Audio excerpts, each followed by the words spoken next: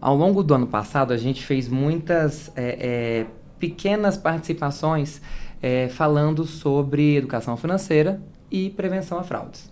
Então, agora a gente resolveu juntar esses dois assuntos, porque à primeira vista pode não parecer, mas eles conversam muito entre si. Então, a gente agora vai falar sobre educação financeira e prevenção a fraudes na vida real. Para começar essa conversa, a gente tem um ponto muito importante.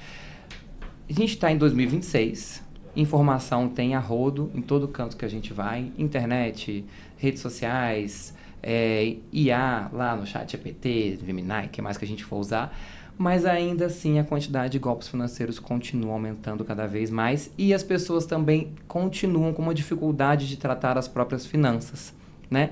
E aí, pensando nisso, a educação financeira, a gente conhece lá, tem um site que tem uma planilha, tem um fulano em algum lugar que fala que você tem que registrar seus gastos, mas acaba que a coisa, ela, no dia a dia mesmo, quando o bicho pega, a gente corre para lá, corre para cá, a gente tem decisões para tomar, a gente tem problemas, enfim, a gente tem várias situações ao longo do dia a dia, a gente descobre que dinheiro não é bem assim, só colocar no papelzinho não, né, Gisele? É, isso aí.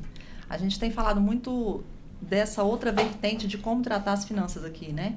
E eu acho que isso também é uma maneira da gente ampliar o assunto no sentido de que, ok, fazer as planilhas, conter os gastos, avaliar, é muito relevante. A gente não vai nunca descartar que a gente precisa fazer isso.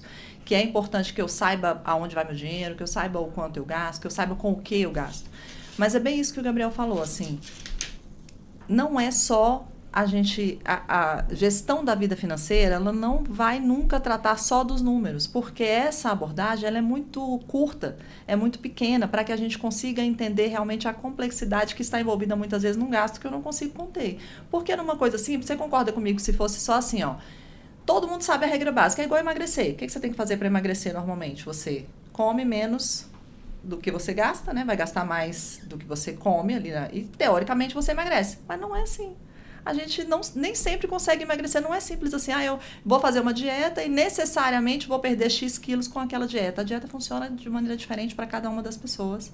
Porque o organismo é diferente, porque o emocional interfere. Da mesma forma, fazendo essa analogia, né, a gente tem para a vida financeira. Se fosse tão simples dizendo, olha, você sabe quanto você ganha, organiza quanto você gasta para caber dentro daquilo e de preferência ter uma margenzinha, não gastar tanto quanto você ganha. Sim. E ali você conseguir organizar a vida, fazer um investimento, plantar os sonhos. Excelente, é uma fórmula racional lindíssima. É igual o Projeto Verão, né? Quantos a gente sempre anos fala que vai começar fazendo, e né? Verão 2030 tá chegando e a gente não fez veio. O Projeto Verão. É exatamente isso. A gente sabe o que tem que fazer muitas vezes, mas a gente não faz porque existem outros mecanismos invisíveis que, se a gente não tomar consciência deles, a gente não vai conseguir gerir a vida financeira. Especialmente para a gente conseguir verificar as finanças, a gente tem trazido um aspecto aqui que eu acho que é pouco discutido, que é a questão do relacionamento, né? Eu preciso verificar para que eu estou usando o meu dinheiro. Se você rastrear o seu dinheiro, normalmente, faz esse exercício aí, quem está em casa, faz com a gente aí, quem está ouvindo. Se você rastrear o dinheiro não só na planilha, se você olhar para o dinheiro e pensar, ok, eu já sei quanto eu ganho, eu já sei as minhas rendas extras, eu já sei, já fiz a planilha, já está feita, está ok. É uma parte importante, vamos manter. Mas além de fazer isso, se eu verificar qual é o rastro do dinheiro no relacionamento, eu vou conseguir também chegar num ponto de dizer por que eu estou gastando tanto dinheiro com este problema, ou com esta pessoa, ou desta forma. Normalmente tem ali, Gabriel, uma necessidade emocional. Se a gente não tiver consciência da necessidade emocional que está levando o meu dinheiro, a gente não vai conseguir, sem satisfazer essa necessidade de uma outra forma, eu não vou conseguir nunca gastar o dinheiro de uma maneira mais saudável, porque aquela necessidade essencial, ela vai se sobrepor a qualquer forma racional.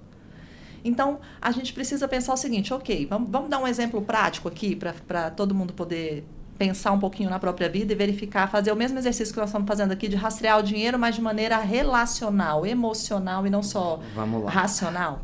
Então, a gente pensa assim, a mãe, por exemplo, que trabalha fora.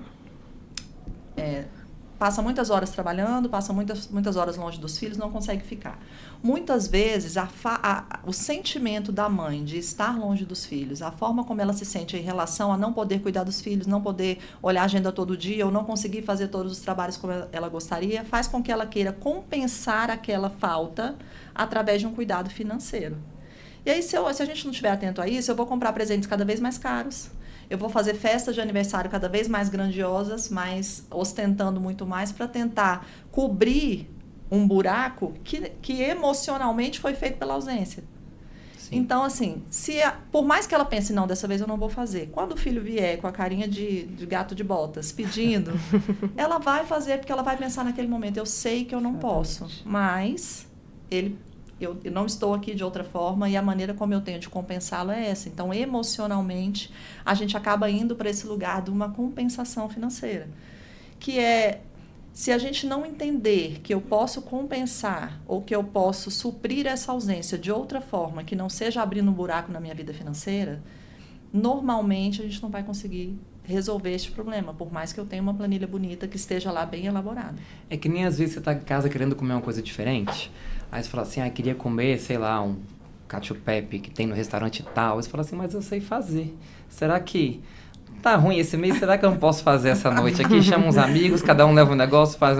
E você consegue ter o mesmo prazer que você teria, ter a mesma experiência de convivência que você gostaria de ter, com um custo menor para você, que está adequado àquele momento da sua vida. Pode ser que mês que vem, tudo bem, a gente vai naquele restaurante mais caro que eu gosto, que é assim, que é assado, tá ótimo, mas eu não vou perder o momento por conta de uma questão financeira que eu posso contornar e ter um momento interessante da mesma forma, não aquele específico, mas que vai trazer, vai me suprir emocionalmente tanto quanto aquela imagem que eu fiz de um determinado evento ou algo do gênero. E é engraçado, pensando em criança às vezes se satisfaz com muito menos do que a gente imagina, né? Na maioria das vezes a criança nem quer o presente tão caro.